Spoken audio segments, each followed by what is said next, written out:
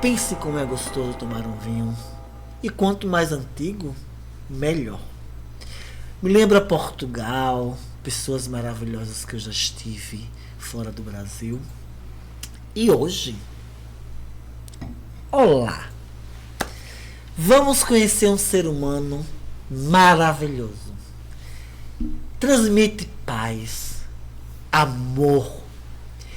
Ele transmite uma energia super positiva quando eu o conheci pela primeira vez.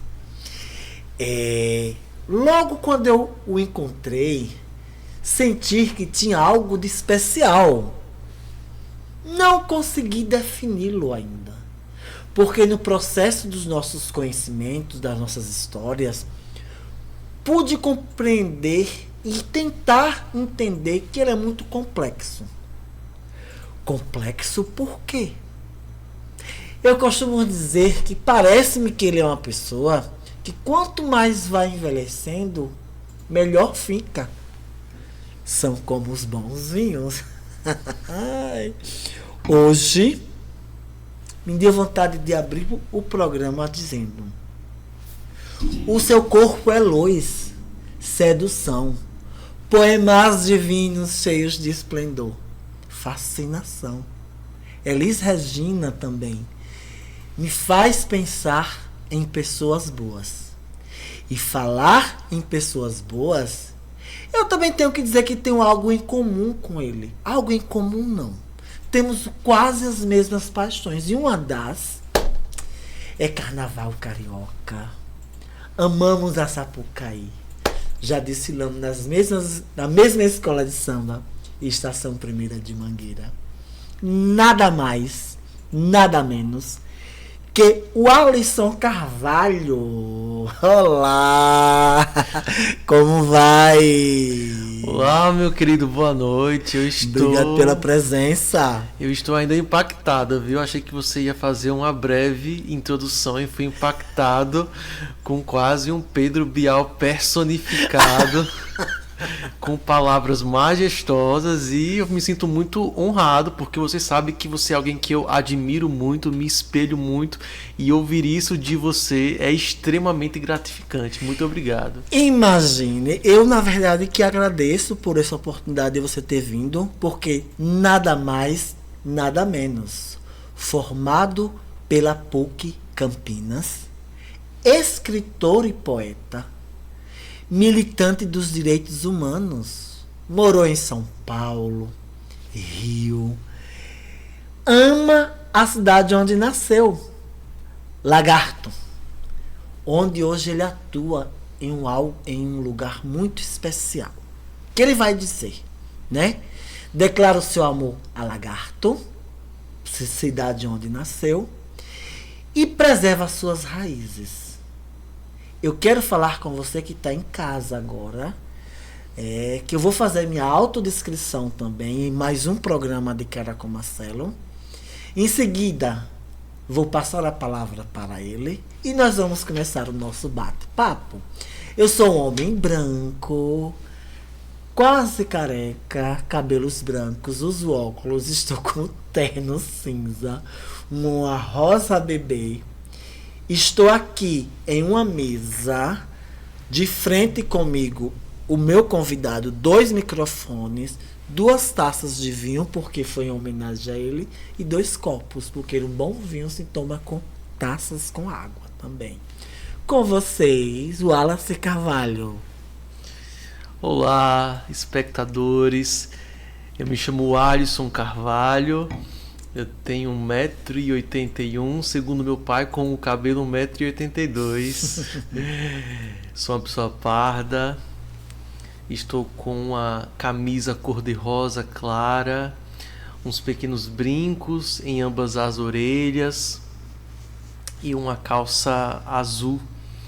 Acredito que isso é o suficiente para que vocês tenham uma dimensão das minhas características. Ele não fala tão bonito, não é, gente? Vamos começar. Olha, aqui é o seguinte, deixa eu explicar. A pergunta clássica que todo mundo tem que responder, de cara com Marcelo.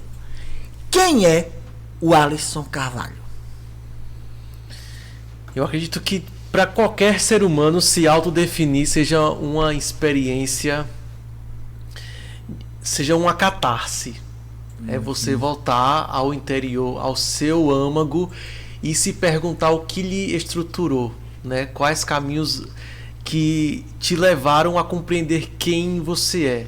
Eu sou um sujeito de inúmeras formações, eu percorri muitos caminhos, passei por muitas dificuldades. Você já mencionou que eu morei em São Paulo, no Rio de Janeiro, morei por 12 anos no Sudeste, mas a minha paixão pela minha sergipanidade sempre foi algo muito latente.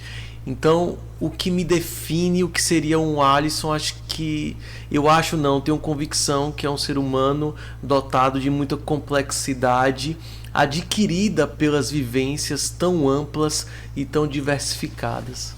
Então, menino, falando nisso, é a segunda pergunta, na verdade, porque quando meu convidado, que eu sempre trago para bater um papo, eu analiso para poder pensar como é que eu vou entrevistar, como é que eu vou pensar, e com sua complexidade de viver, qual o seu maior foco, porque você se formou em Direito na PUC, viveu em São Paulo, viveu no Rio, é escritor, já vai lançar um livro que mais adiante eu vou perguntar, enfim, parece que você é muito complexo.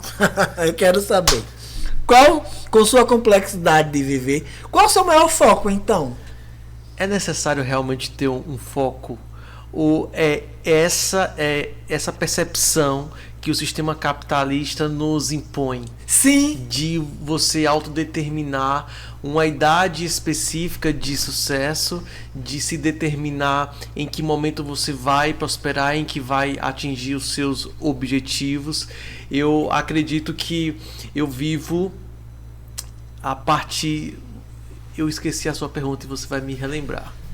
Com sua complexidade de viver, como eu já disse antes, como vêm meus entrevistados, e qual seria o seu maior foco? Marcelo, filosoficamente falando, e talvez seja algo muito distoante de uma realidade, né, prática, eu acho que meu maior foco é viver, é ser feliz, porque eu tenho muitos sonhos desde que eu sou criança. E de fato, eu sou um advogado, além de ter me formado pela PUC Campinas, eu também estou finalizando 2 especializações, uma em segurança pública e ciências criminais pela Universidade do Estado do Rio de Janeiro, outra especialização em política e sociedade, e atualmente sou pesquisador no curso de mestrado da Universidade Federal de Sergipe, no curso de Direito da Universidade Federal de Sergipe. Muito contexto. São muitas questões, né, no que diz respeito à vida acadêmica, mas eu também sou um sujeito artista, né? Já cantei muito. Você se acha bonito? Olha, é uma pergunta difícil. Difícil e complexa. Você falou em Rio de Janeiro, eu disse a você que de repente cantar aquela música Menino do Rio, calor que provoca, mas não. Mas só para finalizar, aí eu sou péssimo. Além dessa questão acadêmica, eu sou um sujeito artista, um sujeito que produz arte, né? Eu já publiquei alguns contos, algumas crônicas e poesia, já fui vencedor de concursos literários no Sudeste, sou um escritor e gosto muito de me autodenominar como um poeta lagartense, justamente por esse carinho imensurável que eu tenho à terra que me formou enquanto pessoa, enquanto ser humano, que fez meu coração transbordar e fez as minhas raízes com relação à arte serem mais espessas, mais profundas, né? Então aí já me vem um outro contexto. Eu falei no início da entrevista que nossas paixões, quando eu o conheci, eu descobri que ele tem uma paixão pelo carnaval carioca. Você gostou de desfilar na Mangueira? Babado. Quando eu vi aquelas fotos, eu disse, gente, alguém que desfilou na Mangueira igual a mim, 4 anos. Como foi essa história com a Mangueira? Eu tenho uma... Mudando o contexto. Eu tenho uma experiência muito pessoal com a Mangueira especificamente, né? A Mangueira, eu a conheci ainda muito criança. Imagina vocês, eu sou do interior do menor estado do país, de Lagarto. E a Sapucaí, toda a grandiosidade do maior espetáculo a céu aberto é muito distante muitas vezes da realidade, ainda mais da minha, que era uma criança muito pobre, que foi ter televisão já muito tarde. Mas eu sempre admirei o carnaval carioca e eu nunca me esqueço que no início dos anos 2000 a Mangueira trouxe um enredo que inclusive foi nesse ano que se tornou vitoriosa, que trazia como contexto principal seu enredo o Nordeste, né?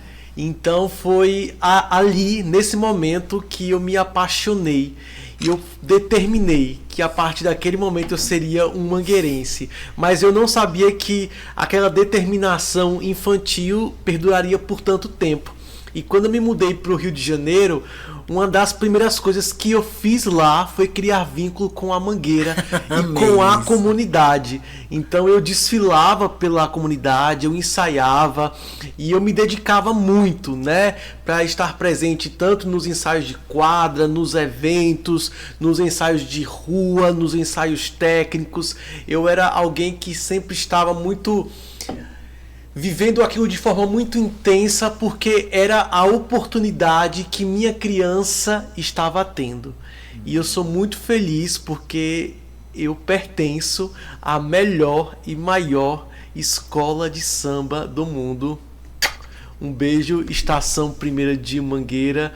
Não posso deixar de mencionar aqui que teu cenário é uma beleza que a natureza criou, o seu morro com os barracões e zincos quando amanhece, que esplendor! Todo mundo te conhece ao longe pelo som dos seus tamborins e o rufar de seu tambor. Preste atenção, a Mangueira chegou e sempre estará presente. Chegou, a Mangueira chegou. A gente entra na Sapucaí assim, né? Chegou, com a Mangueira chegou. Isso mesmo. Ai, gente, eu disse, nós temos muitas coisas parecidas. Inclusive, quando ele conta essa história de criança, desde criança também, eu escutava a Mangueira. Então eu queria assistir, eu queria desfilar.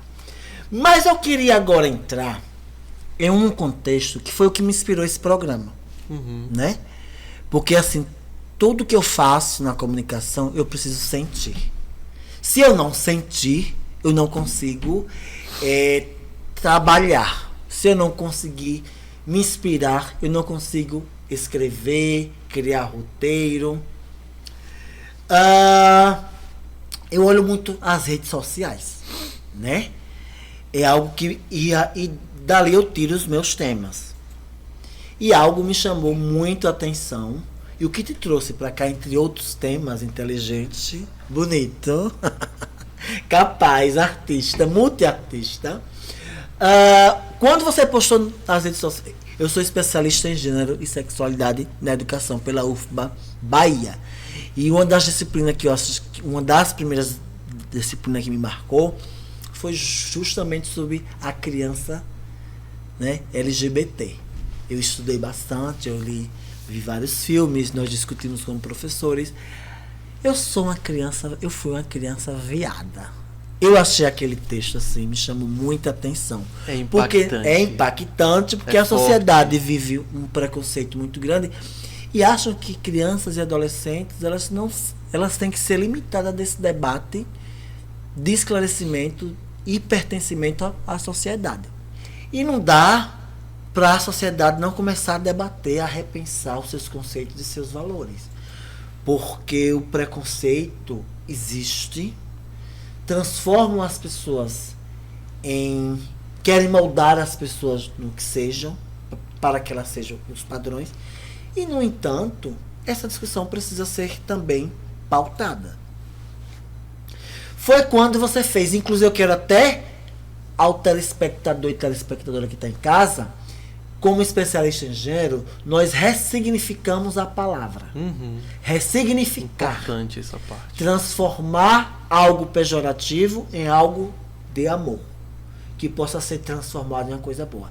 E aí foi quando eu lembrei da uma das minhas aulas lá na especialização, dessa ressignificação, quando meu professor perguntou se lá não tinha viado, se não tinha sapatão. Aí eles disseram assim: vocês não conhecem o ressignificado das palavras, não? Foi quando eu vi o seu texto. Conte agora um pouco pra gente, brevemente, por que aquele texto, eu fui uma criança viada? Por que você sentiu naquele momento em dizer isso? Antes de qualquer coisa, eu acho muito importante convidar você, nosso telespectador que está muito atento, a um tema muito importante. A ouvidoria do Ministério dos Direitos Humanos e da Cidadania neste ano tem nos apresentado dados estatísticos, né, que houve um aumento de mais de 22% dos casos de denúncia a abuso contra crianças e adolescentes. E foram quase 300 mil relatos de casos de abusos contra essas pessoas, crianças e adolescentes. Essa é uma realidade.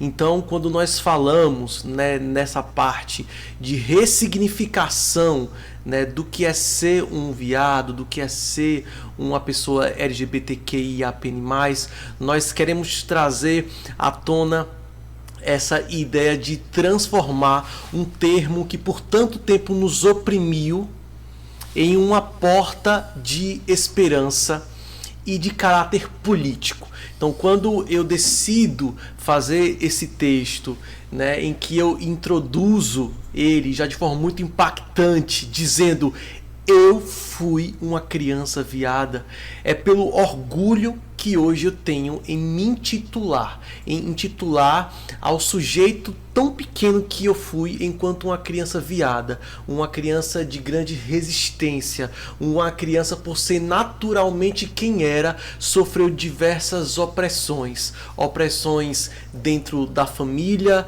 opressões na rua, opressões na escola, que sofreu violência física, violência psicológica, que foi reiteradamente estuprada por uma condição existencial, por ser uma criança viada. E uma criança viada não é especificamente uma criança gay, uma criança com características afeminadas ou homossexual. Uma criança viada é uma criança destoante do padrão heteronormativo que é estabelecido. E eu sempre me destoei.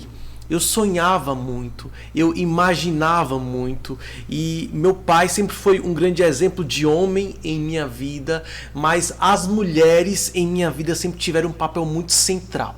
E eu, enquanto criança, eu não me via um homem, apesar de hoje eu me reconhecer como homem, reconhecer os privilégios de ser um homem, mas naquele momento eu era apenas um ser que existia, e todas as minhas maiores referências orbitavam sobre na construção social que é dada às mulheres. Então, em grande síntese, eu queria ser como minha mãe. Eu queria ter os cabelos dela, eu queria me vestir como ela, eu queria me portar como minha mãe e falar bonito como minha mãe, que era a minha maior inspiração. E até falar mãe é até um pouco constrangedor, e se ela ouvir isso, ela vai me corrigir, porque para ela é manhã, e manhã até hoje. Então, eu sinto muito orgulho em dizer que todo esse processo de resistência foi me moldando, apesar dos traumas, né, que nos são atingidos, né, e que nós carregamos no decorrer de toda uma trajetória. E quando nós falamos na ressignificação desse termo viado, é também um chamamento à sociedade a olhar nossas crianças, nossos adolescentes por um outro viés, por um outro aspecto, olhar essas crianças por um olhar de diversidade, né? São crianças que se comportam de maneiras distintas, que têm pensamentos distintos, que têm formações culturais distintas, né? E são crianças, muitas vezes, que quando crescem vão construir a sua identidade de gênero como homem trans, como uma mulher transexual, como um travesti. Outros vão se descobrir como homens homossexuais, né, ou lésbicas, mas isso não significa que uma criança viada necessariamente vá pertencer à comunidade LGBTQIAPN+. Mas quando nós falamos nesse termo político, inclusive de ressignificar essa ideia de criança viada como uma criança que, por não se enquadrar ao padrão heteronormativo, acaba sofrendo perseguições, acaba sofrendo violências psicológicas, físicas, é uma realidade a ser discutida em todos os âmbitos, né? Principalmente porque essa criança é violentada e essa violência é legitimada pelas instituições, as instituições religiosas, as instituições escolares, as instituições familiares, e isso acaba criando esse não pertencimento. É como se a todo momento essa criança viada compreendesse que a sua existência é um erro, que o seu comportamento é um erro, que nada que faça, que ela possa fazer ou possa melhorar será o suficiente para preencher uma lacuna daquilo que é esperado pelo homem cis heteronormativo. Então, falando nisso, olha só, depois dessa publicação sua, não estava no meu roteiro, mas acha que sua família viu esse texto? Viu? Comentaram? Olha, eu tenho uma relação. Eu disse que aqui pode mudar tudo. Não, mas não tem problema. Eu sou um livro aberto em todos os aspectos. Eita, né? Vai ser outra pergunta parecida. Em todos os aspectos. Nem vou mais perguntar. Eu tenho uma relação muito estreita e muito aberta com minha família, né? Eu venho de uma família muito religiosa. Eles aceitaram você de cara. É católica, parte dela é protestante, mas com o passar do tempo eu aprendi que a minha existência ela não poderia depender da expectativa do outro. A minha vida é única. Ela precisa ser vivida a partir das minhas vivências. E isso não é redundância, porque viver é uma coisa e vivenciar, experienciar tudo que você almeja é uma outra situação. Muitas vezes nós vivemos em prol do suprimento de uma expectativa. E quando você me pergunta se minha família já sabia de tudo isso, se ela teve acesso, com toda certeza. Eu não só afirmo isso nas minhas redes sociais, nas minhas palestras, na minha vida cotidiana, nos meus textos, como eu afirmo isso cotidianamente para minha família. Inclusive, semana passada mesmo eu olhei para minha mãe em uma conversa muito informal enquanto a gente conversava e eu disse: mãe, qual é a sensação de ter um filho viado? Obviamente aquilo soa muito impactante, mas ao mesmo tempo cria uma relação de intimidade muito grande, né? Porque o que eu posso passar para os espectadores hoje, para os telespectadores hoje, é que essa abertura de si para o outro acaba gerando uma atmosfera de curiosidade. E muitas vezes essa atmosfera de curiosidade vai afastar, em outras oportunidades vai aproximar. Com minha família, eu tive a oportunidade de me aproximar ainda mais.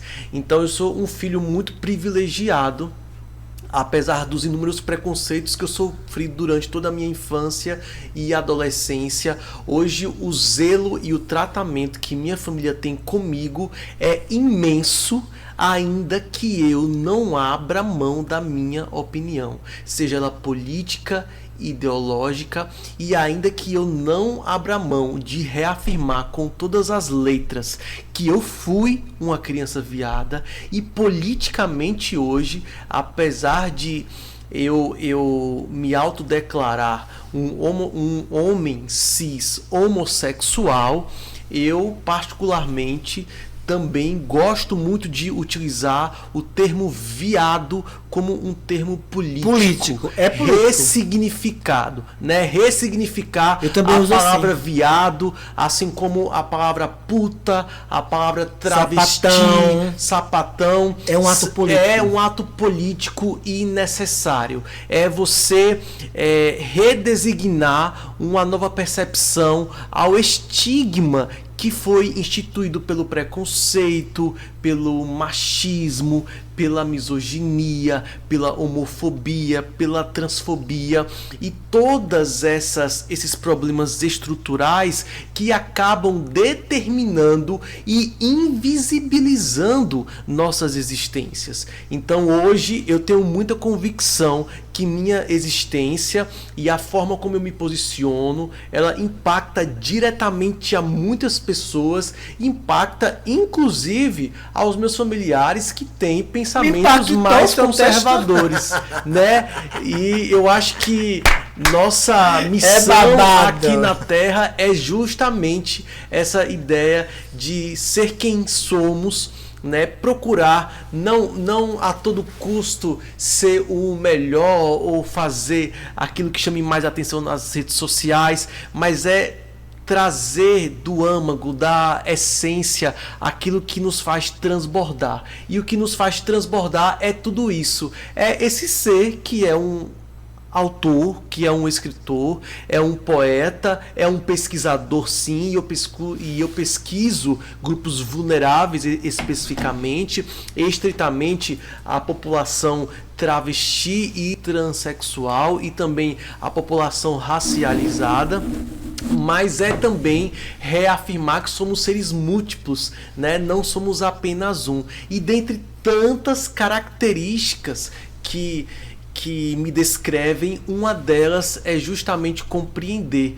a importância da criança viada que fui, de tudo que ela me acarretou, dos sofrimentos que me impingiram na carne e no espírito, mas de tudo que isso me trouxe para a fase adulta, seja como trauma, essa é a parte mais ruim, seja como aprendizado que me trouxe mais resiliência, mais força para persistir e ajudar tantas outras pessoas, porque, por exemplo, quando eu faço uma postagem com esse teor, ou quando eu dialogo com a mãe muito diretamente, eu recebo muito retorno de muitas mães, principalmente mães. Olha que curioso, eu recebo muito retorno de muitas mães que vem até mim e diz: nossa, eu tô tão aliviada te ouvindo porque você fez tanto na vida, e aí, contando suas experiências, parece que te ouvindo eu estou vivenciando o meu dia a dia,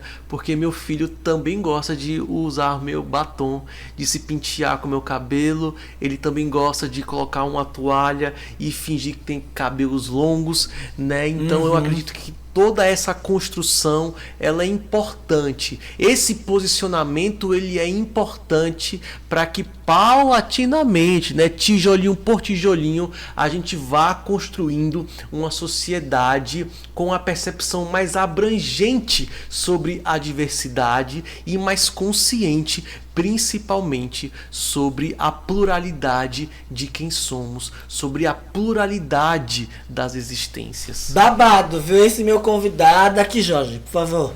Esse convidado é babado. Esse programa vai estourar na audiência. Ainda é difícil a sociedade compreender esse tema, né, amigo? Extremamente, né? Nós vivemos numa sociedade patriarcal, machista e que tende a reproduzir os preconceitos mais estarrecedores que existem. Eu queria agora entrar, como você é um ativista dos direitos humanos, me responda, faça um breve histórico assim, como você e os direitos humanos se encaixam no seu cotidiano do dia a dia. Eu, por exemplo, com as pessoas LGBTQIP+, todos os dias em meu cotidiano eu tenho um contato com alguma história. Antes de vir para o programa, a polícia militar invadiu a casa de uma travesti. Ela não tinha envolvimento com a história, o marido dela também não tinha, mas foi tratada de uma forma grosseira, o policial mandando ela botar a mão pra cima e ela nua. Eu sou uma mulher e tô nua, então sempre eu tô nesse cotidiano das pessoas. E você, me fala aí, como é que tá? Como é que você entra, os direitos humanos se encaixam no seu cotidiano, no seu dia a dia? Precisa de uma linha do tempo, viu? Vou tentar ser o mais breve possível, mas tudo começa quando na PUC Campinas eu adentro na universidade, numa universidade já muito elitizada, num curso extremamente elitizado como é o direito, e lá eu descubro que eu era um sujeito nordestino, proletário, pobre e bolsista. Então eu comecei a me perceber enquanto minoria. E as minorias, elas geralmente acabam sofrendo as maiores opressões. A sua voz é reduzida, é diminuída a nada. E foi nesse momento, foi tendo contato principalmente com estudos sociológicos, das ciências sociais, foi tendo contato com essas minorias que a priori foi meu primeiro despertar. Meu primeiro despertar não foi com a comunidade LGBTQIAPN+.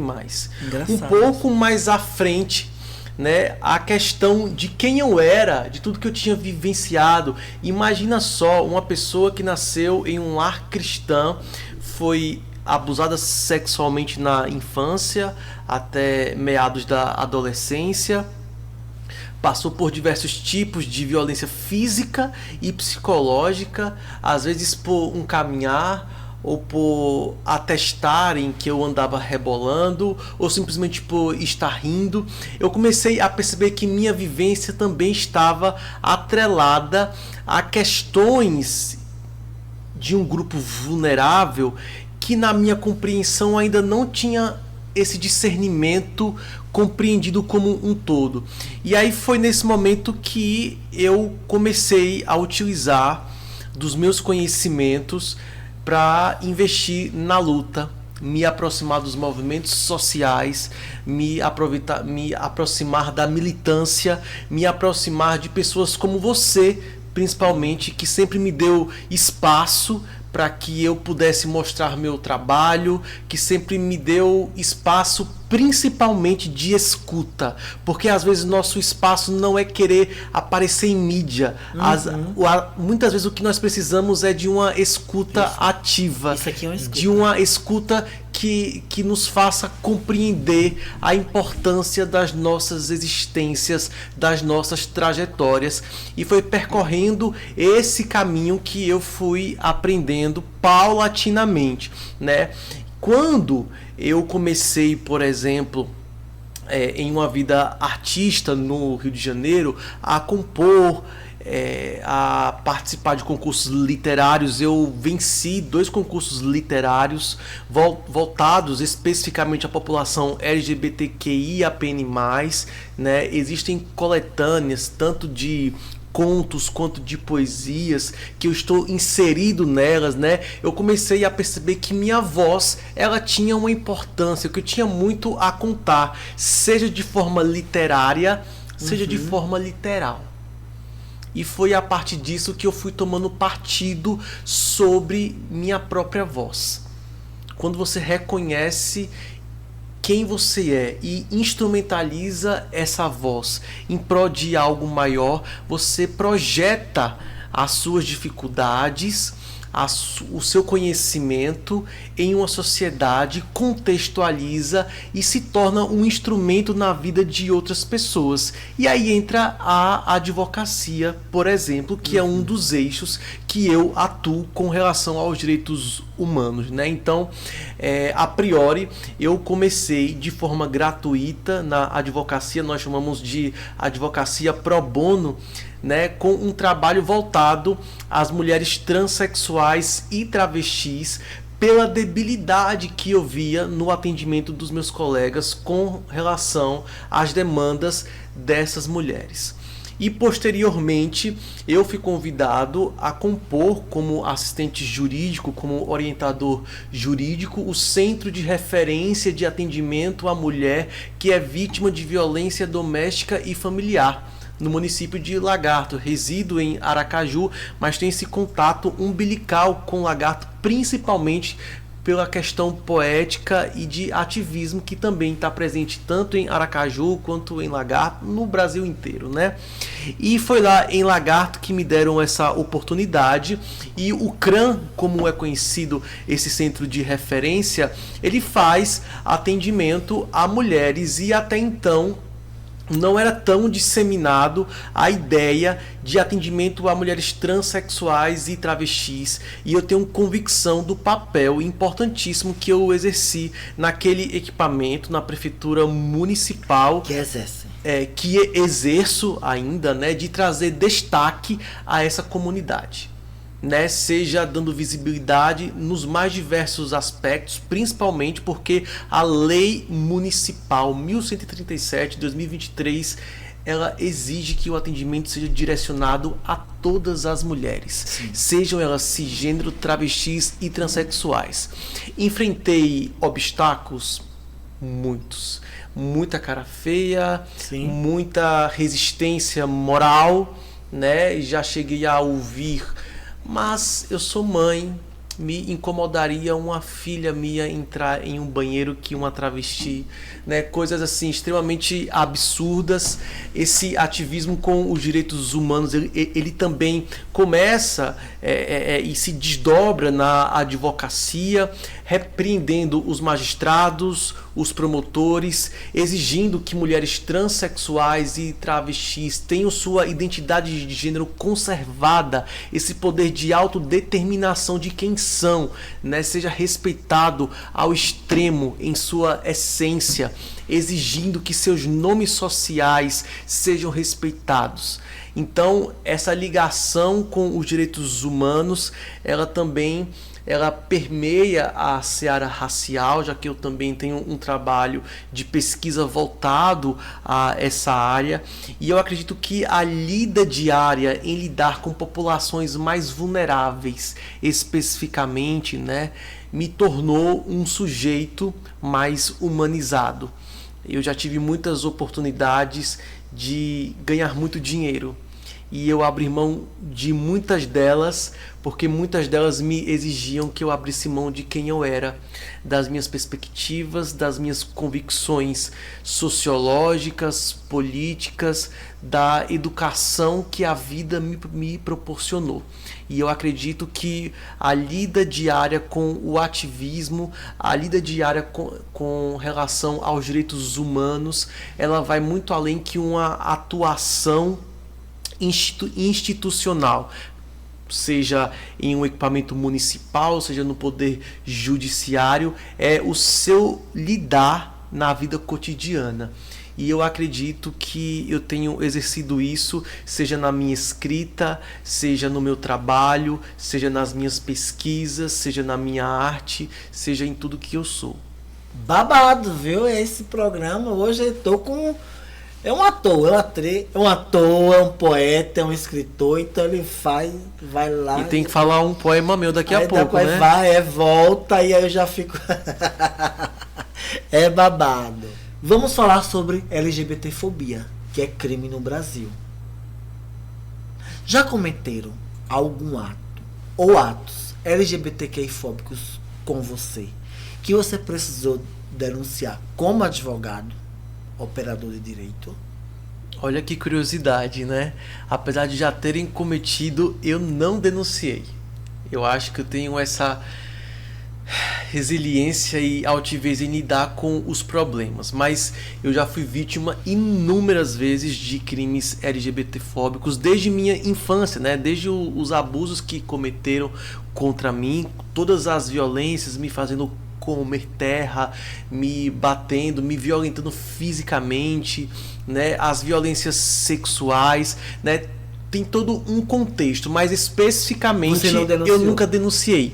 Na fase adulta, eu já era um sujeito que aprendi com a vida, e depois de tanto apanhar de todas as formas, de todas as dimensões possíveis, em seu sentido conotativo e denotativo, literário, eu aprendi a me posicionar.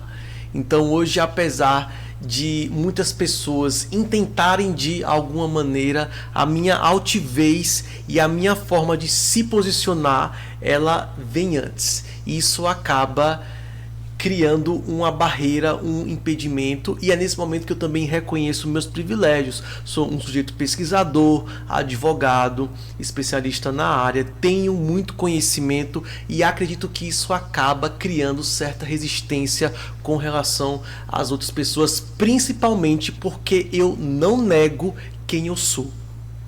Ele é muito de dizer realmente quem ele é, o que ele pensa, que bacana. Agora eu estou com uma curiosidade. Quando eu te conheci, me conta, você tem experiências que não publica da sua vida? Ou seja, é um livro totalmente aberto? Porque eu duvido assim, todos nós temos algo que nós não queremos mostrar. Verdade. Você é assim. Eu sou bem sincero, tem coisas minhas que eu não gosto de mostrar para ninguém. Aí a gente ouve isso, minha vida é um livro aberto.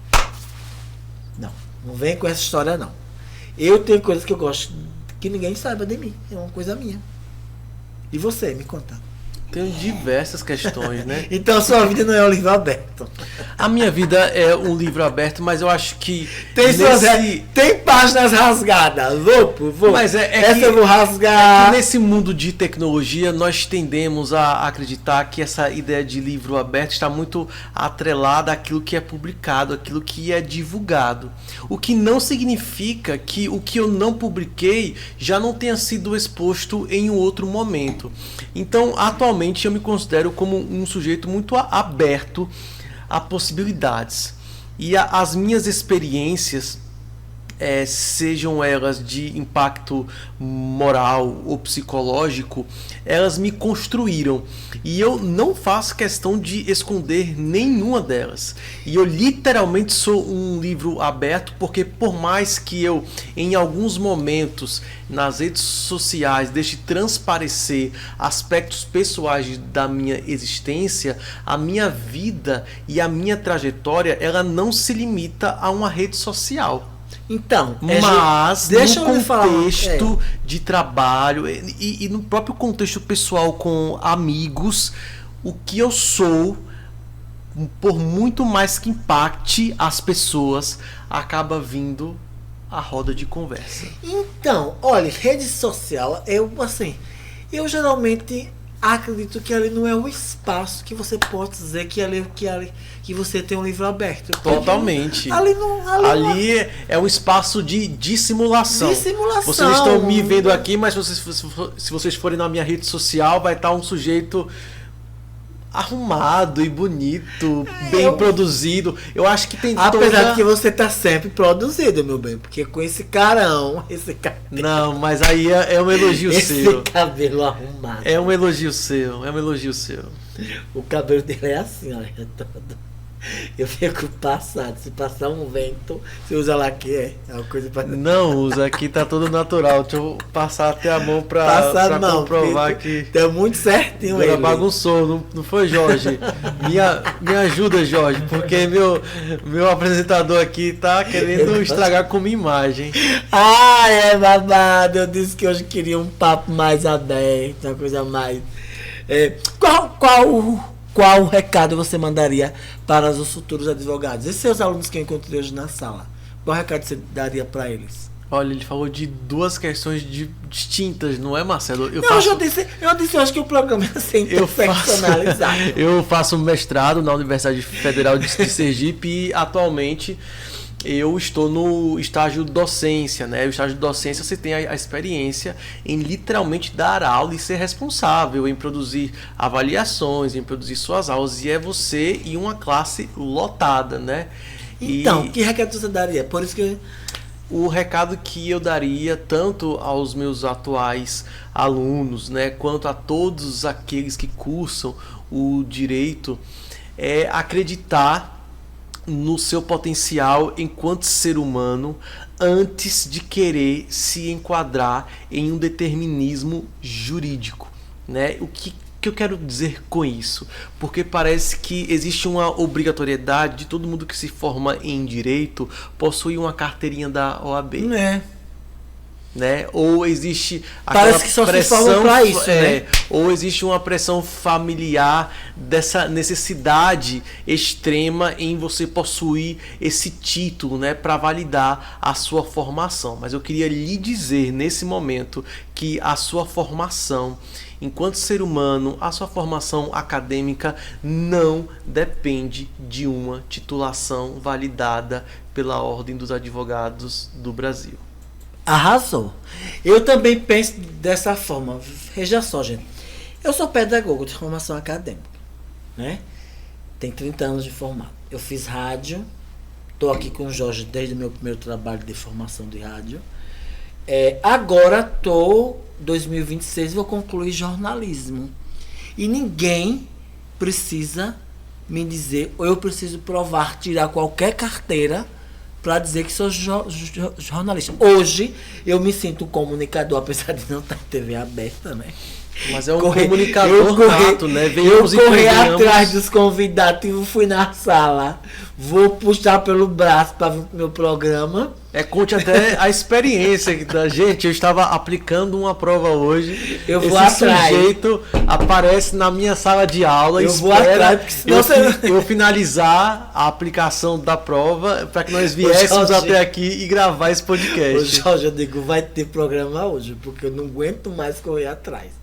Mas você correu pouco atrás, viu? Você não me venha gongar aqui, não, que a senhora vai ser gongada de volta. Você me respeite. Não, sou uma pessoa íntegra, organizada e com agenda. É só para poder dar um clima de descontração. Direito pela PUC, 2 especializações, pelo mestrado UERJ. na UERJ. Tá aí, mestrado na UFES. Na UFES. E o doutorado vai rolar? É uma perspectiva. Eu confesso que eu tenho muitas desilusões com o mundo acadêmico, justamente porque eu tenho um pensamento muito decolonial, assim, acerca da pesquisa, acerca de como estruturar o conhecimento. Eu valorizo muito o conhecimento que não é produzido dentro das academias, e academias elas interagem de forma muito hermética, principalmente o direito. Nós conversamos com muita frequência sobre o linguajar do Pajubá. Do Pajubá, das travestis. Né, das travestis. E o quanto isso é importante para a sobrevivência delas.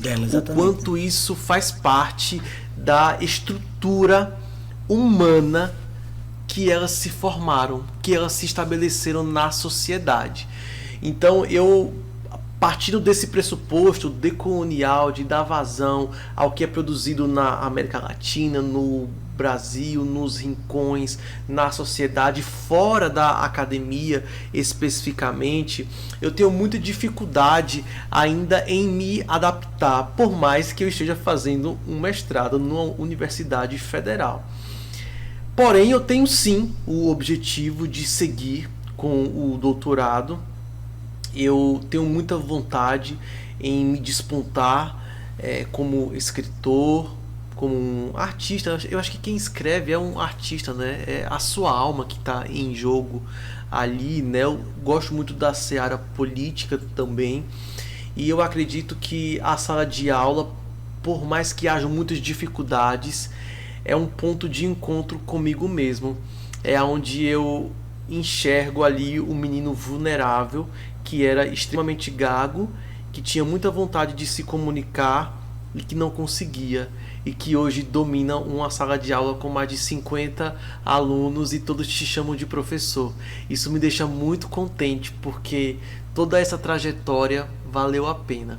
Então, partindo desse pressuposto, desse contexto, eu acredito que o mestrado sim, que o doutorado sim, é um plano futuro quase já, né? E que talvez eu, muito em breve, esteja cursando.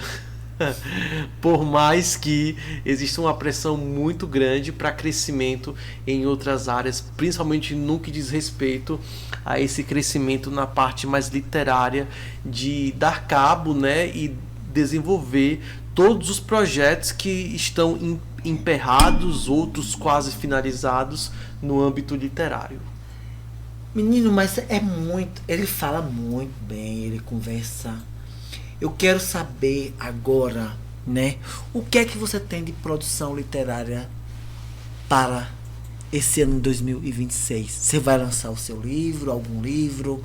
Como é? Me fala. Muita axé nessas suas palavras, por favor. Gente, eu já tenho 2 publicações, né, através do concurso literário que eu venci. Quem sabe, né, a luta diária de um escritor independente conhece também as dificuldades que é para publicar. Eu estou finalizando retoques finais do meu primeiro livro de poesias. Não é um livro comum de poesia, é um livro de profundidade muito grande, que se intitula, já vou adiantar em primeira mão esse programa. Sério? Espero que isso ecoe, que ninguém sabe disso ainda, mas o meu primeiro livro se chamará Suco de Brasil. E por que Suco de Brasil? Justamente por essa mistura que nos forma. O suco, ele nada mais é que uma mistura de elementos que traz um sabor específico, né? E dependendo do que você mistura, você terá um sabor. E quando nós falamos em Suco de Brasil, nós estamos falando de uma pluralidade de regiões, de vivências, de sincretismos que nos formam e de histórias, né, que nos foram contadas de maneira equivocadas ou pela metade. Então é um livro de provocações com poesias. Tem alguma poesia já pronta? Diversas. Faça um spoiler. Com poesias muito pouco convencionais, mas que trará essa dimensão do que é esse Brasil que foi regado por tanta gente lutadora, trabalhadora e que é formado a partir de muito sangue, a partir de muita luta, a partir de muita resiliência, de muita resistência. Nossa senhora, é babado, viu? Aí você quer que eu Faça fale? uma poesia. Só declare uma pra gente. Faça um spoiler ali pro telespectador. Eita. Se você estiver quase pronto. Fiquei impactado. É que nem todas estão. Eu tenho algumas decoradas. Eu vou falar uma que eu gosto muito. Essa se chama Brasil em Sangue, Gente e Osso.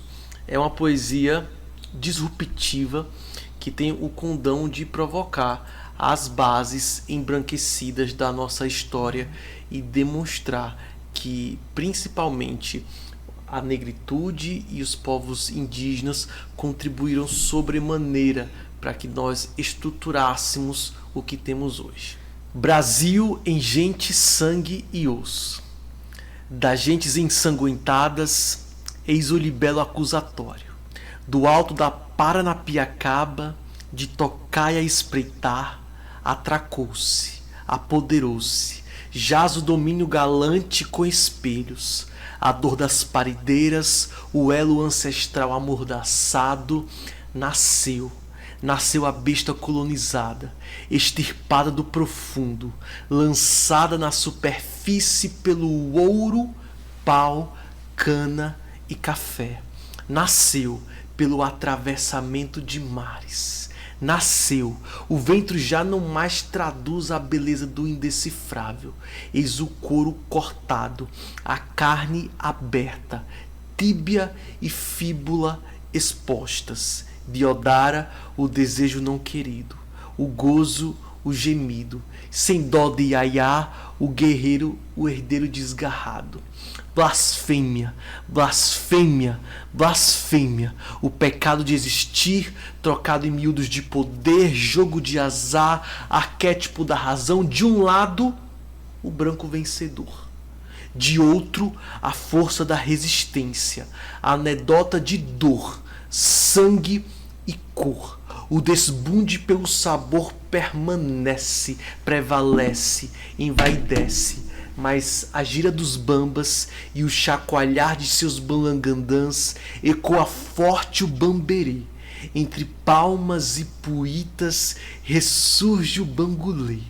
Liberdade cantou, liberdade calou. Gente de candonga, de banzá e de banzé não passará dos 30. Eis o banzo doído, afoito, proibido, a revolta sentida contida, coibida, a dor dos aflitos adestrados, sem dengo nem xodó, ao pó, volte ao pó, besta. Jazem até hoje senzalas, são prisões, reflexos de favela. Liberdade cantou, liberdade calou, do presente hostil, miragem de um horizonte perdido, da bala, do canhão, do amor, da paixão, de tudo o inabalável.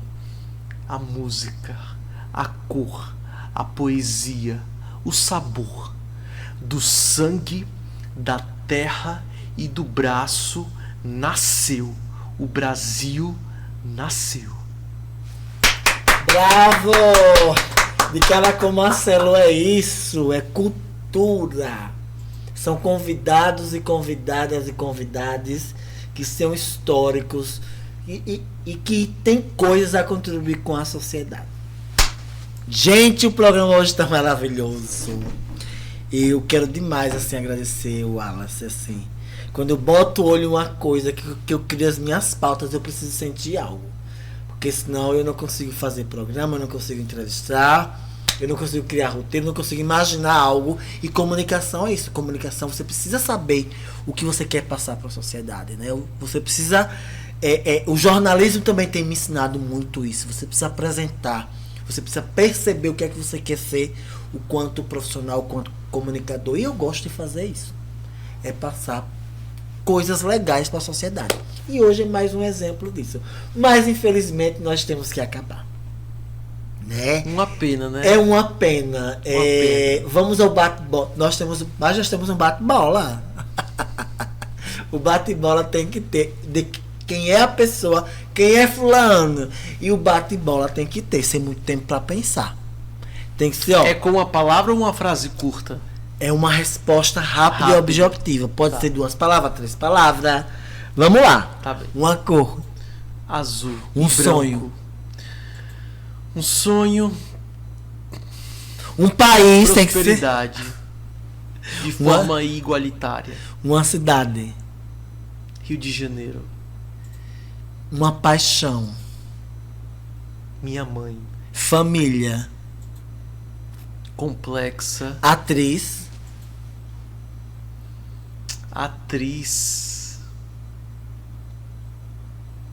Ator, tem que ser ator. Não. Eu vou pensar numa atriz que me move. Bate-bola. Pensava. Fernanda Montenegro. Um cantor. Maria Bethânia, sem dúvidas. Cantora. Cantor, mas cantor. Cantor Belchior. Cantora Maria Bethânia, sem país. dúvidas. Um país, meu Brasil, com toda certeza. O mar para você. O mar, para mim, Sim. é a existência da minha existência. O Alisson por o Alisson. Um sujeito complexo, cheio de sonhos O e que é amor para dar. O que é ser bonito? Não existe uma significação para mim do que é ser bonito. E sim, é relativo. Oh, gente, acabou. Infelizmente acabou. O tempo já está estourado. Na verdade, esse programa, como todos os outros que já passaram por esse estúdio, são programas de escutas, de falas, pessoas ilustres, pessoas que têm uma paixão pelo que faz. E nós vamos voltar mais um convidado ou convidada ilustre em 2026, né? Porque é o que me move, na verdade, aqui esses espaços, né? Quero agradecer demais a sua presença, tá? Foi muito gratificante ouvir você. Superou minhas expectativas, porque eu me inspirei bastante quando eu vi o seu texto. Mais uma vez agradecer a Conect TV Jorge, meu diretor, que desde o meu curso de formação básica. Muito obrigado, viu, Jorge? Arrasou muito. E muito educado. Já sempre foi aqui meu primeiro programa e até hoje já estou Já tô na superior de jornalismo, já me acho um apresentador, né? Embora ainda eu digo que eu sou apresentador, um comunicador, porque eu sinto que eu faço tudo com alma. Eu não faço à toa, né? Eu quero ouvir alguém falar, eu quero ouvir, porque eu sinto algo. Eu não sou mecânico. Qual a palavra, suas considerações finais? Olha, primeiramente, muito obrigado. Marcelo, em diversos aspectos. Quando eu retornei de Sergipe, ele foi uma das primeiras pessoas do ativismo a me abrir a porta, a me respeitar, a respeitar quem eu era e a enxergar em mim uma relevância. Às vezes existe esse fechamento, né? E eu sou muito grato porque você existe, eu sou muito grato pela sua disponibilidade em ajudar o próximo, em ser um trampolim para que outras pessoas consigam brilhar. Nossa, você brilha. Você é extraordinário. Eu preciso aqui deixar muito claro, né? Marcelo mencionou também a questão do meu livro. Gente, o meu livro, então, em primeira mão, se chamará Suco de Brasil. Eu quero. E vai voltar quando estiver pronto. Vou voltar quando estiver pronto. É? E em breve, em todas as livrarias, está nos trâmites finais. Com toda certeza, será um marco para mim. Né? A gente sabe que Sergipe é uma terra de gente muito talentosa, que Lagarta é uma terra cheia de poetas. Eu já tenho feito muita divulgação nas escolas, nas universidades. Eu te acompanho, amigo. Você me acompanha. Né? Tenho feito muitas palestras, mas é também uma oportunidade estar aqui com você hoje, sem dúvida alguma. Eu estou muito feliz, Imagina. Transbordando felicidade, porque eu sei que esse convite e que toda a construção desse dia aqui hoje foi muito sincero. Muito. Não foi nada forçado. Nada. E foi pensado em mim, especificamente. Eu senti você na internet. Quando eu sinto você forte, eu senti você antes. Mas quando você vai para as redes sociais, que minhas pautas são baseadas em pesquisas. Sim. Pesquisas que eu sinto. Não é pesquisas que dá Ibope. Que seria fácil botar que dá Ibope. Então é isso. Vamos dar um tchauzinho? Tchauzinho. Aê! Como é que dá o tchauzinho, Aê! gente? Obrigado, assim, viu? Um cheiro grande. Assim, ó, tchau. Tchau, tchau. Até uma próxima.